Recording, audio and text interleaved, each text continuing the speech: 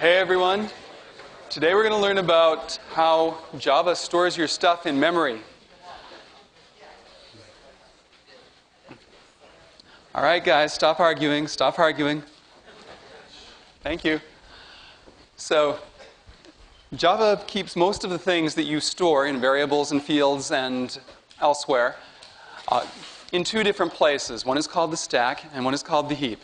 The heap stores all the objects. And I mean all the objects, with no exceptions, including arrays.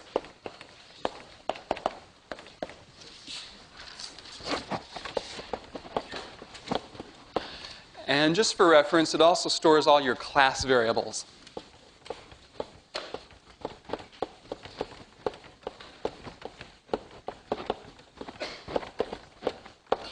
In other words, those that are declared static. Then the other piece of memory, the one that we're really going to learn a lot about today, is called the stack. The stack stores all of the local variables, including parameters.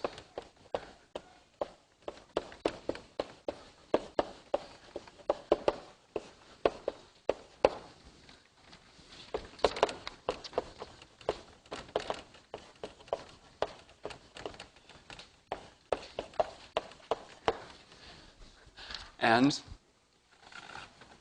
the stack is what makes it possible for one method to call another method, and the stack is what makes recursion possible. So we're going to talk about how your variables are stored when you do things like recursion. First of all, when a method is called, Java creates a stack frame for that method.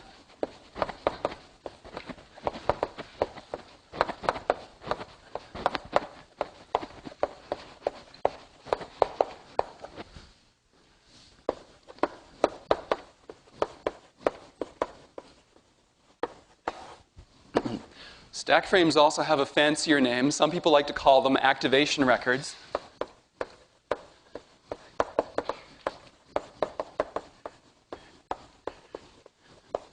I guess because stack frame doesn't have enough syllables and make them feel big enough. So what is a stack frame for? Its job is to store all the parameters and local variables for that method call.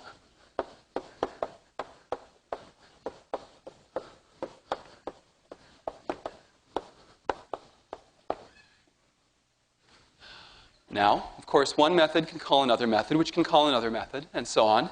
And for that reason, the JVM maintains an entire stack of stack frames. And that's why they're called stack frames. And so you can think of this stack as just being a bunch of dishes, like plates, piled one on top of the other in a stack.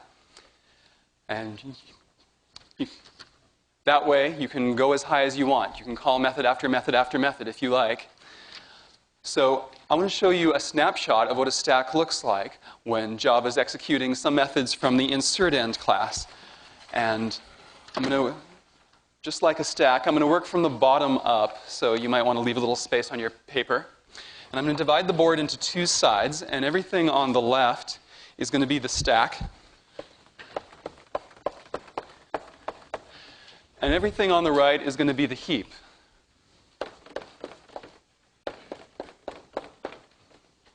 So, generally the first thing Java does is it calls some method called main. So let's suppose that there's a main method in slist whose job is maybe to test your slist class. And main always has a parameter. The parameter, we usually call it args, though you can name it whatever you like. And args generally points to, as we've learned, an array of whatever words were typed on the command line represented as string objects.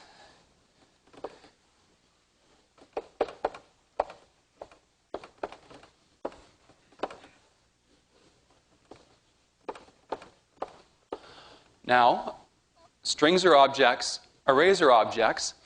All objects are always on the heap. They're never on the stack. So that's why I've drawn the array and the strings that it points to on the heap.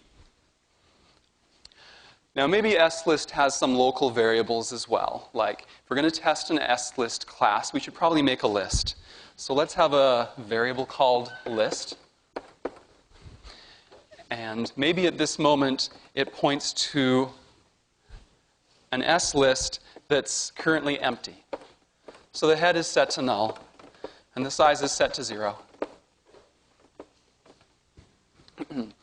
But we want to test the slist class, so maybe the main method has some object, let's just say it's a string, that we want to add to the list. And the string might be something from your shopping list, like milk. Okay?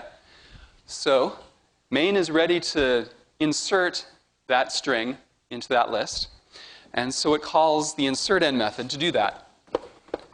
When it does that, Java, the Java virtual machine, creates a new stack frame on the stack for the insertEnd method and piles it on top of the stack frame for slist.main. Now, slist.insertEnd has some parameters of its own. First of all, it has a parameter called this, which points to the actual slist that we called insertEnd on. So this is kind of a hidden implicit parameter. There's also an explicit parameter.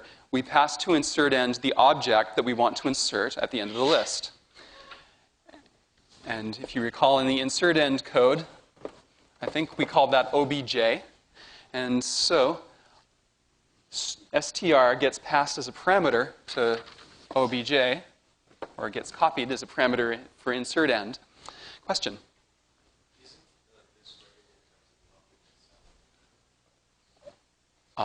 No, this is a local variable. This is always a local variable. It is not kept inside an object. It points to an object, but it's kind of the starting point for a method to find the object that it's operating on the stack. So it's just in all methods? Any method that's not static. Right. Any method that's not static has a this variable, and this variable is always kept in its stack frame. So thises are never on the stack. They're always in the stack frames. And while we're on the subject, main does not have a this method because main is a static method. Or sorry, main does not have a this field because main is a static method. So now insertEnd is ready to insert this object milk into this list. And so to do that, it needs to create a new slist node that we can add to the slist and use to point to this new object. So we're going to add another stack frame up here,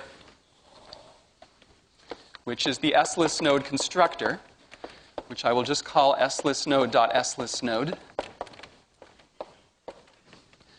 And the constructor takes a parameter, which is the thing that we want to store in the slist node. And it also actually constructs a brand new slist node, which this points to. And the slist node has an item field and an next field.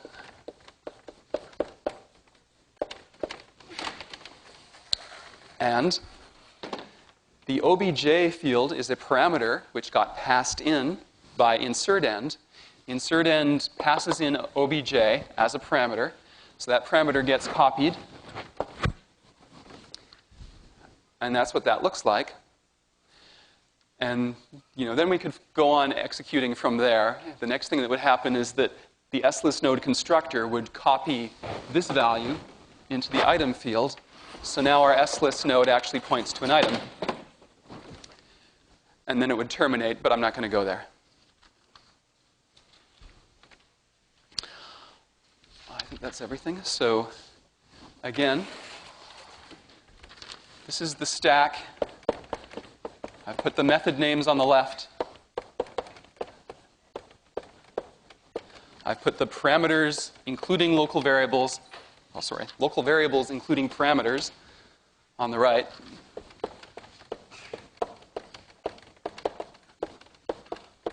And everything that's not on the stack meaning all the objects is the heap. Any questions about this? In the back here. Mm-hmm. Mm-hmm. Well, when a method ends, the stack frame for that method is deleted, blown off the stack. So in fact, that's what I'm going to talk about next.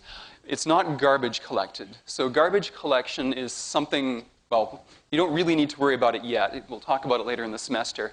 But garbage collection is something that happens to objects on the heap only. Garbage collection really doesn't have anything to do with the stack. The way that stack frames get vaporized is when a method ends, the frame is vaporized right then and there. No waiting for garbage collection, it just happens. Other questions?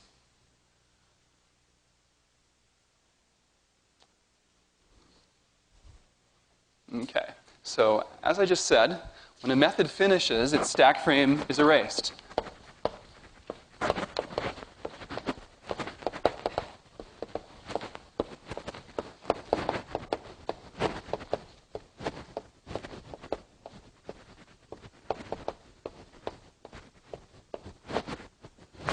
Permanently and irrevocably, and all the variables that were stored in that stack frame just disappear.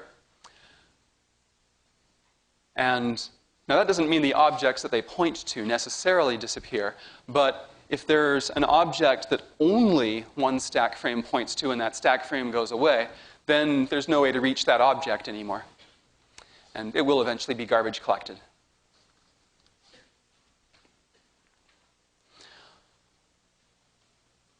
Now, at any given point in time, the method on the top of the stack is always the one that is currently executing.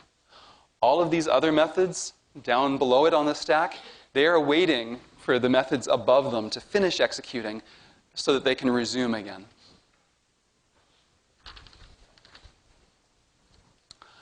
One thing that's sometimes useful for debugging is that in the Java-Lang library, the one that's automatically included, there is a method called thread.dumpStack, meaning it's a static method in the thread class. You just call it like that, thread.dumpStack. And when you do, what it does is it prints a list of all of the stack frames that are on the stack at that moment. So if you're wondering, how on earth did my slist_node constructor get called, then you can always call thread.dumpStack from inside the constructor, and it'll print out a list of all of the methods in order that were on the stack, so you can see how it got called and how we got there. Question? So thread.dumpStack is a system that Well, I've never actually looked at the thread.dumpStack code, so I'm not sure if it uses system.out.println, but it does print to the screen. Yeah, it prints basically to the standard out is what it's called. Yeah. Java.lang. So that's the one that you don't have to import. Other questions?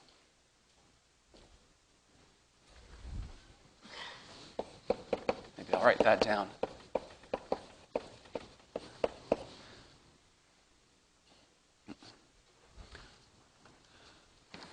So the stuff I've just showed you is a prelude to parameter passing.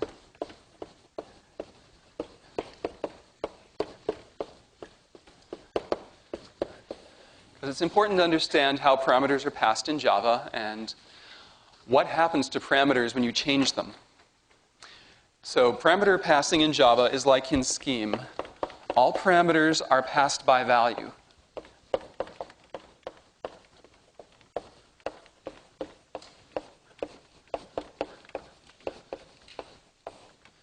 Which is a fancy way of saying that the parameters are copied. And the copies are not the same as the originals. And that means that the method that receives the parameters cannot change the originals.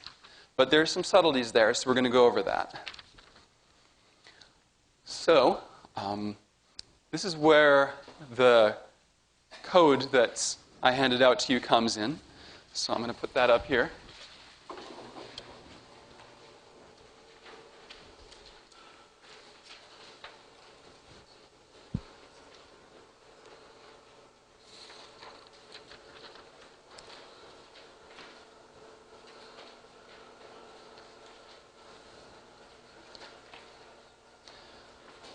So what I want to do here is play with calling some of these methods in this class called intBox and see what happens.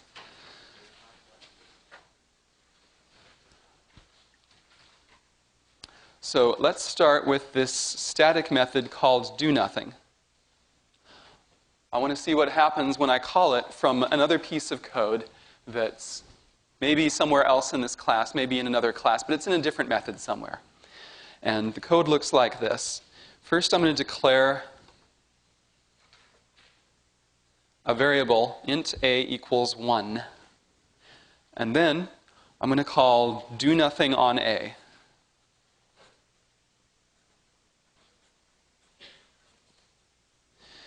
And we want to see what happens when I do that call on the stack. So what's going on is that this code here is in some method that has a stack frame. And in that stack frame, there is a variable called a. And this code sets that value to 1. And then it calls this method doNothing. And when we call that method, we throw a new stack frame on the stack for the method doNothing. And the parameter called x gets passed by value, which means that there's a box in doNothing's frame called x, and we make a copy of that number 1. What happens next? Well, we execute the code in the doNothing method, and that sets x equal to 2. But, and the important thing is, when x changed to 2, a did not change. A is still 1. So now the doNothing method terminates, and when it terminates, its stack frame is erased. It's no longer on the stack. So the doNothing method, true to its name, did nothing of consequence here. It tried to change the value of a and failed, because that's how pass-by value works. So what if you want to be able to make a change in a method that you call and have that change appear so that the calling methods can see the change? This is an example of how to do that. This next method called set3. So here's the thing. In this case, the parameter is not an int. The parameter is a reference. And when a parameter is a reference,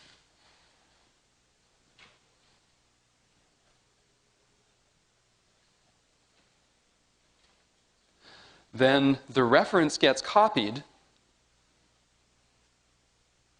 but not the thing it points to.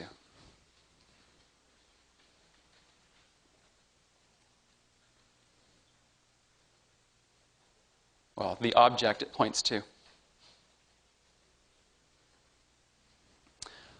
So you can still change whatever's inside the object, even though you can't exactly change the reference. So here's another example of code. I'm going to say intBox b equals new intBox, and create a new intBox object. And then I'm going to call the set3 method on that intBox. And let's watch on the stack what happens. First of all, in the local method, whatever it is, I have a reference called b, and I create an intBox object on the heap. And this line makes b point to that intBox object. The intBox has inside it a variable called I. Now we call the set3 method. And the set3 method, which we call in the intBox, takes this parameter IB, which you recall from right here, And that parameter IB is a copy of B, because we always pass references by value, which means we make a copy of the reference. So now we have two references pointing to the same object. So the next thing that intbox does is it sets IB.I equal to 3. So we follow the IB pointer, we find the intbox, there's the variable I, and we set it to 3.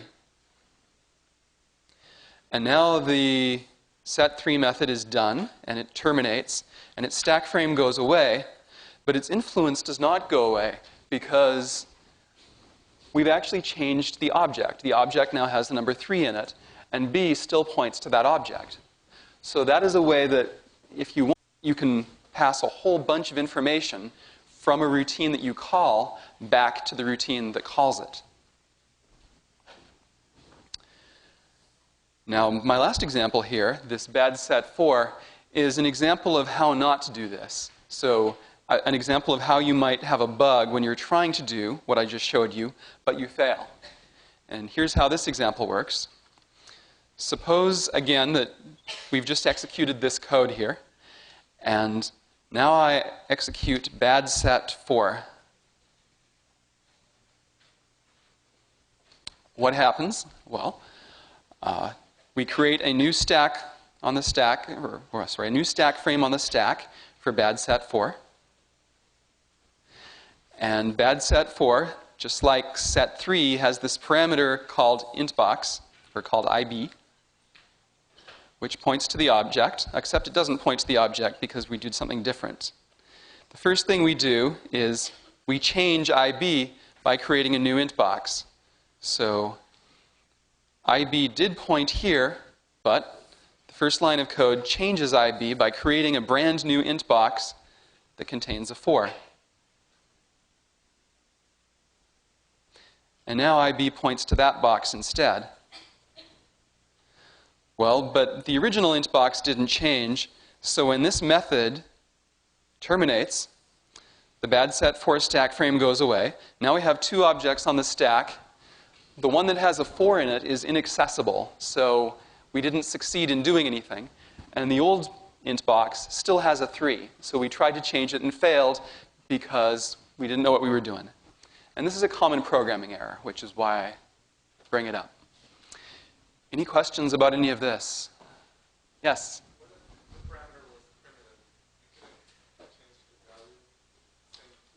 What if the parameter was what? Where you have int plus ID, Uh-huh. what if you have like int x? So that was the original example, I think, the original example was where you have int x as the parameter instead of an object. What's that? So you can only change an object, not a... If you want to pass information back from the called routine to a calling routine, other than the return value, you generally have to do it through an object, yes. So, and that's the standard way of doing it here. For those of you who have ever studied a language that has something called pass-by reference instead of pass-by value, this business here, set 3, is about as close to pass-by reference as you can get in Java.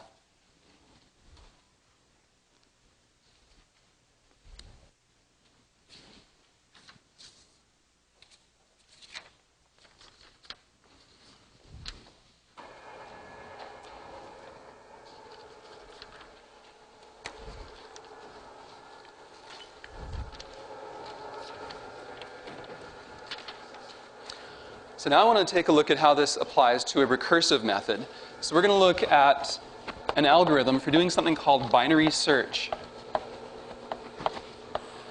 Sort of one of the first simplest algorithms we'll look at this semester of any complexity. And the idea of binary search is that we want to search a sorted array. So someone's given us an array that's already sorted, like the phone book, and we want to search it for a particular name. And so, for instance, for our example here, we won't use the phone book. We'll just use an array of ints because it's nice and simple.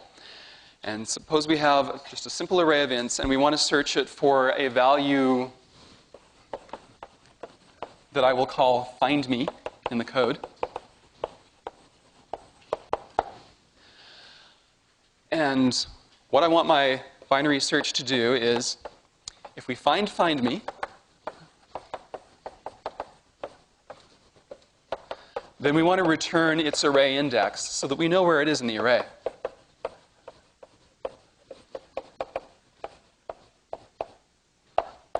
And if we don't find me, then we just return failure.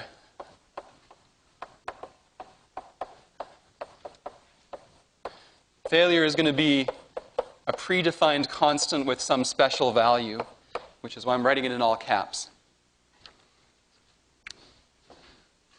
How do you do binary search efficiently? Well, the obvious way to do a search through a list is just walk through the whole list and until you find the item that you want. If you tried doing that with the quickly learn that that's no fun. So we want something faster than walking through the list. So when you look for a name in a phone book, well, you probably do it by kind of a subdivision technique where maybe you open the phone book to the middle, you see if you're too high, too low. If you're too high, you go halfway to the left. If you're too low, you go halfway to the right, and so on. That's what we're going to do in binary search. So suppose I have an array like this.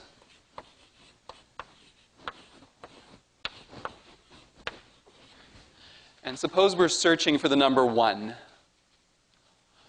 So how am I going to search for it? Well, the first thing I'm going to do is I'm going to take the middle element of the array, and I'm going to look at that one first. And see, is that equal to 1? Is it greater than 1? Or is it less than 1? Well, it's less than 1, so I know that the thing I'm looking for has to be to the right. So that basically cuts the number of choices in half. And so the second thing I'm going to check is the middle element of what's left over. Is that bigger than 1, less than 1, or equal to 1? Well, it's bigger than 1, so I need to go to the left. And well, I've narrowed things down pretty fast, so again, I check the middle element of whatever's left over, and bang, I have a hit. I have found my 1. Any questions about that? Yes? If the array length is even, then you have to pick one that's a little bit off center. But it's not a big deal. Because even in that case, you're going to eliminate at least half of the elements, even if it's an even number array. Other questions? All right. So I'm going to do this recursively. My recursion is going to have 2 base cases.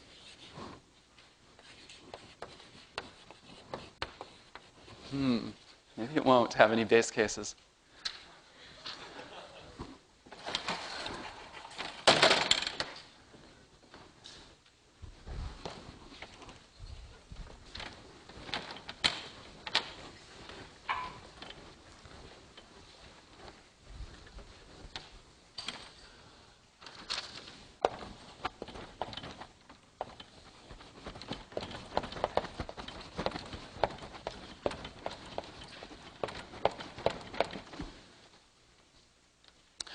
So one base case of the recursion, obviously, is if we find the thing we're looking for, we can stop.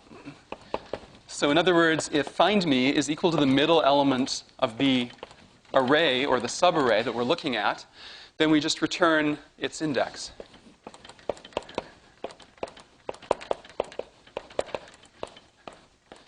And we can stop right away. Don't have to keep searching. The second possibility is that we will keep chopping our array in half and chopping our array in half and so on until we whittle it down to 0. And that's the second base case. If you have a subarray of length 0, there's nothing left to search.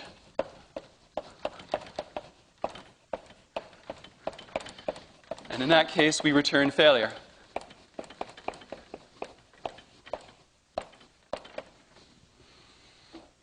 So those 2 base cases are pretty easy, and filling in the rest of the code is a little more work, but let's do it.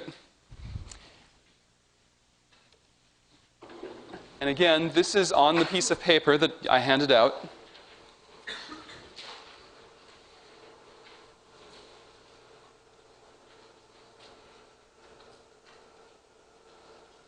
So you've got it in front of you.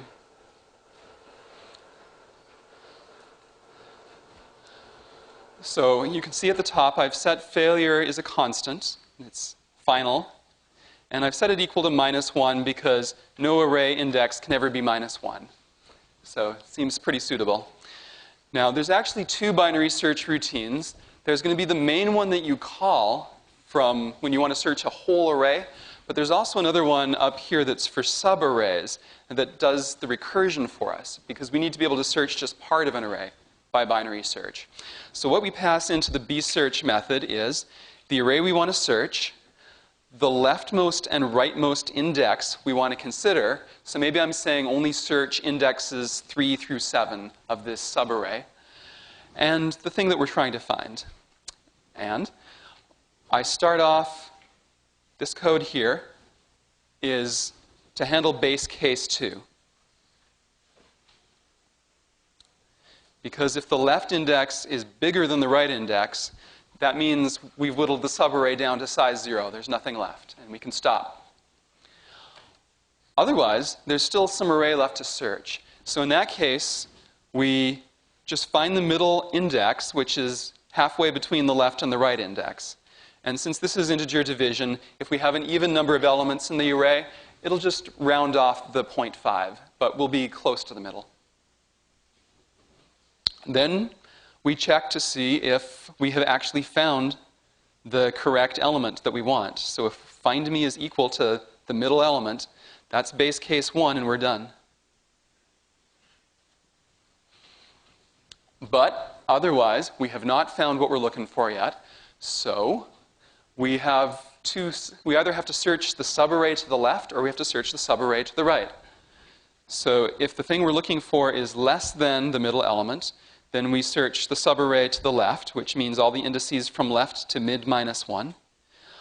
On the other hand, if we need to go to the right, then we search all the indices from mid +1 to right recursively.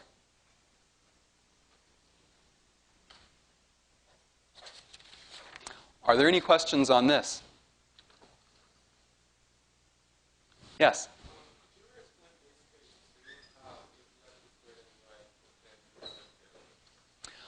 Well, the left and right mean I want to search a subset of the array from index left to index right. So if left is 3 and right is 6, I want to search all the elements from 3 to 6. If left is 3 and right is 3, that means there's only one element left to search, 3. And then the next step after that, left will be 5 and right will be 3, or something like that. And then we're really done.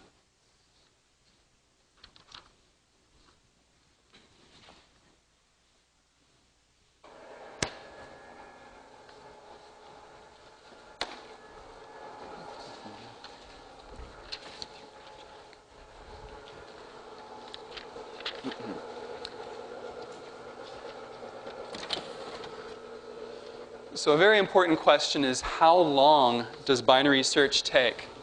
How fast does it run?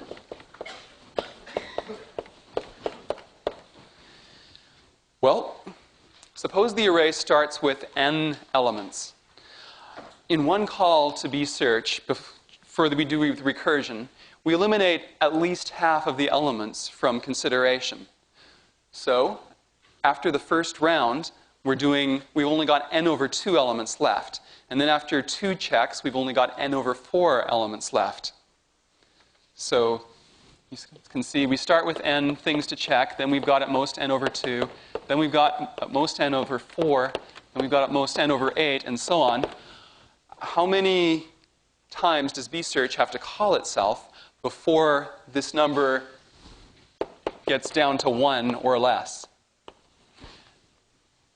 And the answer to that is the logarithm, the base 2 logarithm of n.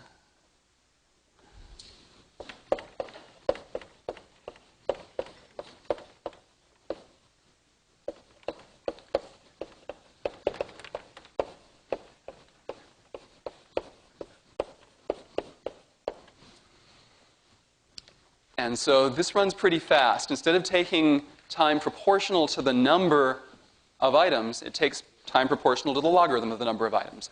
So if you've got 1 billion items, Well, the log base 2 of that is about 30. 30 checks is a lot less than a billion checks. And if you're not familiar with logarithms, then you really, really need to know logarithms to get through this course and to be a computer scientist. They're just everywhere in computer science. So if you don't feel totally comfortable with reasoning about logarithms and doing equations on logarithms, there's a review in Goodrich and Tomassia of that. So I recommend you read sections 4.12, which is the logarithm section, and also 4.17, which is the exponential section and is closely related.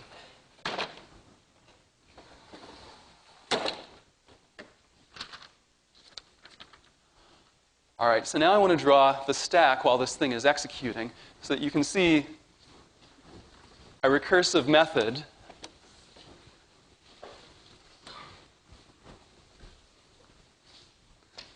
and how it looks on the stack. So we start with the main method. Is the first stack frame. And it has some args, but I don't care about those now, so I don't know. This points at something. I'm not worried about what. Then suppose it makes a call to bsearch with an array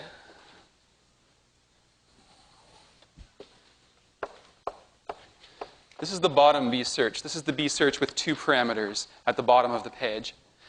And presumably main has passed it some sort of array to search through. And that array, we're going to use the same one that's over there. So I want to search through that array, and I want to find the number 1.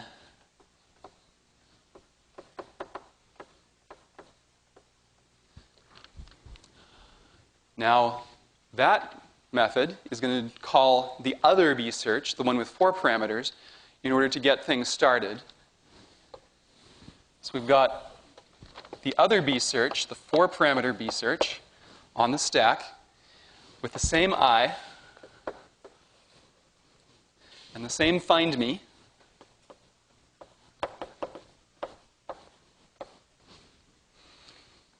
And with left set to 0 and right set to 6, because at this point we're searching the whole array.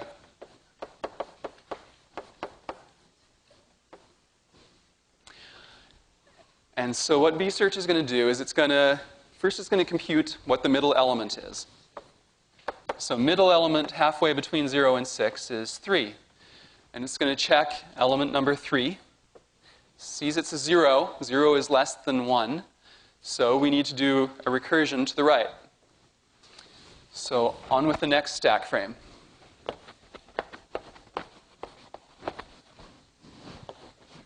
Same value of I. Same value of find me.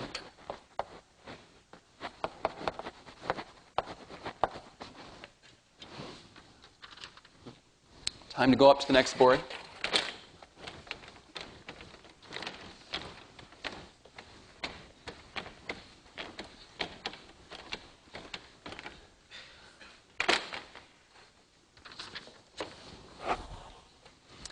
This is the same stack frame. And so now left is equal to 4.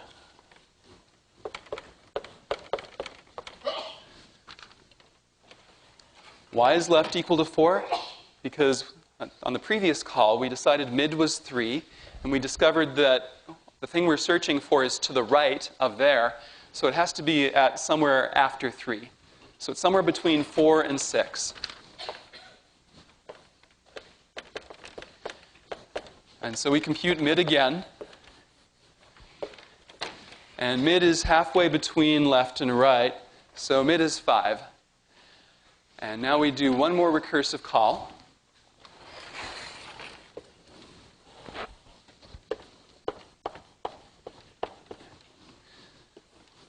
Once again, we have I, which points to the same array. Find me is still equal to 1. Left is still 4. Since we decided that the thing we're looking for is to the left of mid, which is 5, right is now 4. So we're down to just one element, element 4. And we compute mid equal to half of left and right. So mid is also equal to 4. And we have a hit, so we're done. We return 4.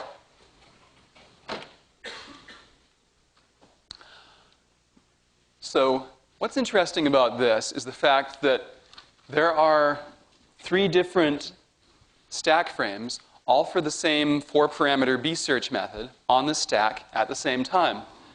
And so at any one time, we have 3 different variables called left, 3 different variables called right, 3 different variables called mid, 4 different variables called find me, and 4 different variables called I.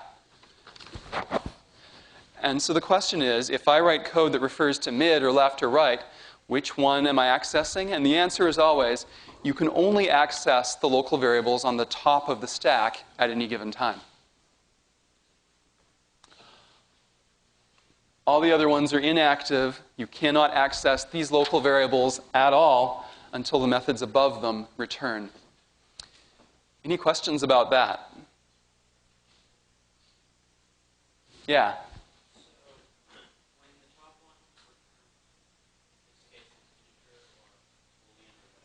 Uh-huh.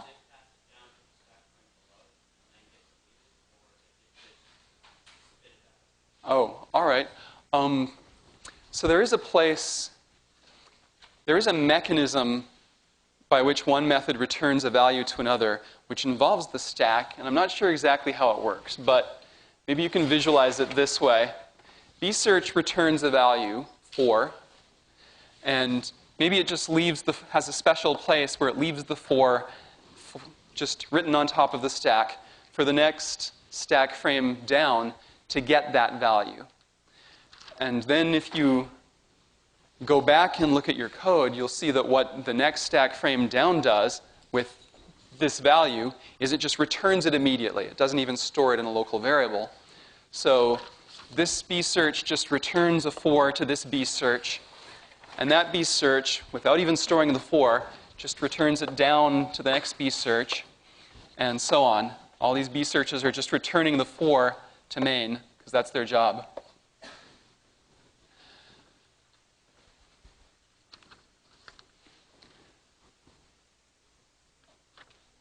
Other questions?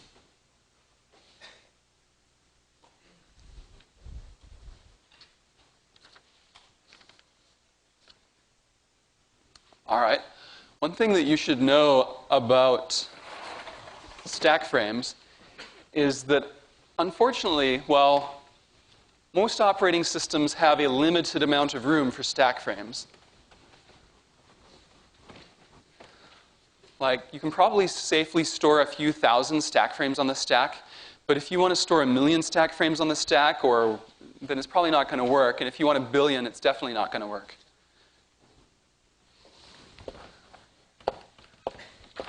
So typically, most operating systems give you enough stack space for a few thousands or tens of thousands of stack frames.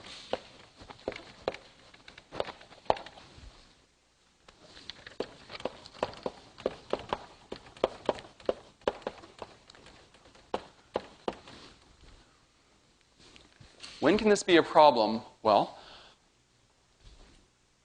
so if you're walking through a list using a recursive method, and that list has 10 million items in it, then your program is probably going to crash. Java just isn't up to that. So if you think you're going to want to walk through a list of 10 million list nodes, you probably want to use an iterative algorithm and not a recursive algorithm to do that. On the other hand, if you have an algorithm like binary search, where the number of recursive calls is logarithmic in n, that's always going to be okay, because the log of the total number of subatomic particles in the universe probably isn't more than 300 or so. So if you process the entire universe on your computer, you'll need 300 stack frames to binary search it.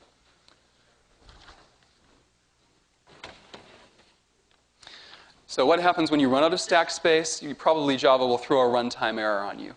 And then if you have a recursive method for sorting a 1 million element list, you'll probably post something on the CS61B news group saying, "Why is Java crashing?"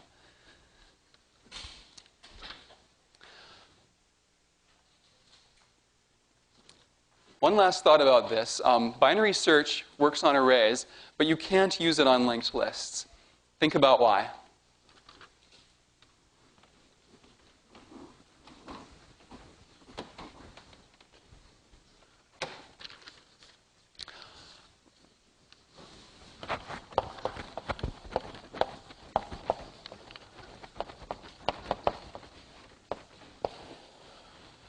So in most programming languages, there's an idea of something called scope, which I just touched on here. Scope is the question of, if I try to address a variable at a certain point of my code, and there are a lot of variables with the same name, which one am I addressing? So, for instance, here, like I said, there's 4 different variables called findMe. If I write code that says findMe equals 2, which findMe did I change? And the answer is generally the one on top of the stack. But, of course, there aren't just local variables, there are also fields, and both static and non-static fields. So I want to sort out how all of these get addressed. So first of all, the scope of a variable is the portion of the program, like actual lines of code, that can access the variable.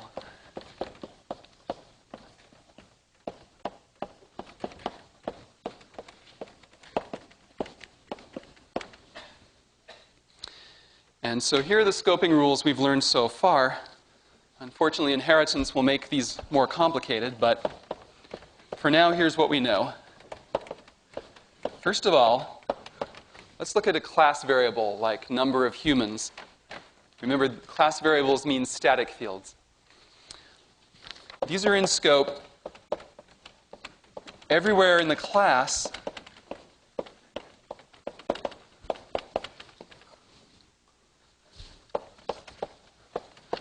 except when they are overridden by local variables. Well, let's say shadowed by local variables or parameters, which are really local variables.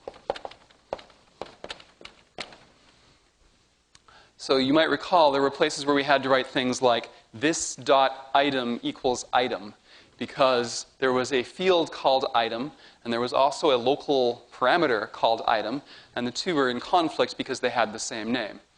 So if there's a local variable, the local variable will shadow the class variable so that you can't read it directly.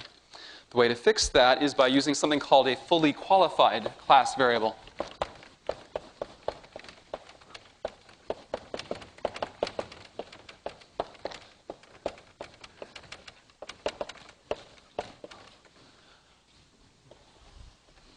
Fully qualified is a fancy name for saying we disambiguate which particular item we're looking in by putting something in front of it. So, for instance, when you write system.out, that disambiguates it from all of the other possible outs that you might be referring to. So you might have a million variables called out, but this tells us that we want this particular class variable in the system class. And so these are in scope everywhere in the class, and they cannot be overridden by local variables or anything else. Or shadowed, let's say. Shadowed is a better word.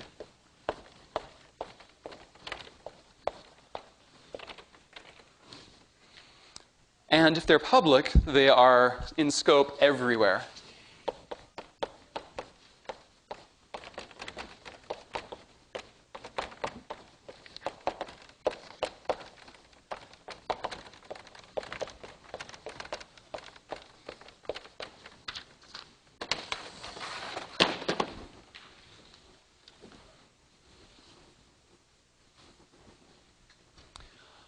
Number 3 on the list is now we have instance variables, which are pretty much like class variables.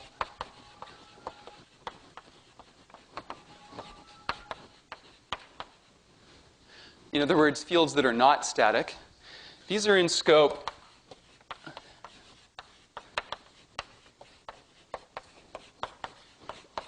in methods that are not static.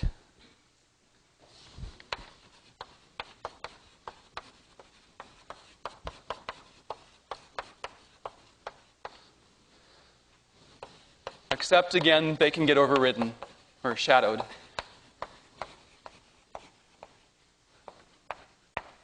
So this dot item can be shadowed by item as a local parameter. And so that's why we also allow instance names to be fully qualified.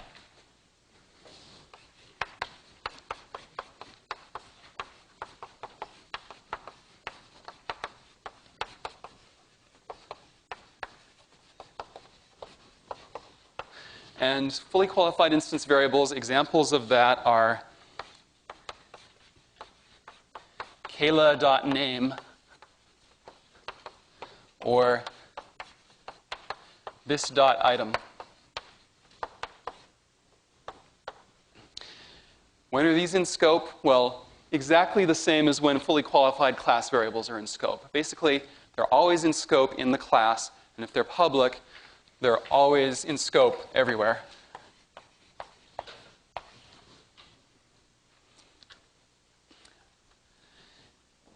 And lastly, we have local variables, which include parameters.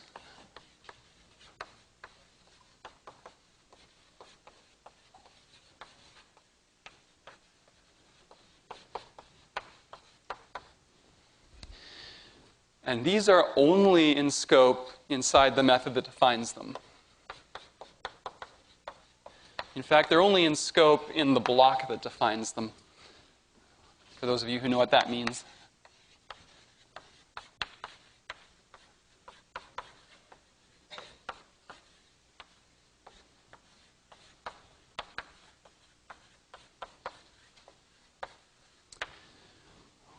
Like, for instance, if you declare a for loop that says for int I, that I is only in scope inside the for loop. Now, these can't be shadowed. They shadow other things. And, of course, they're only available for the topmost stack frame in recursion.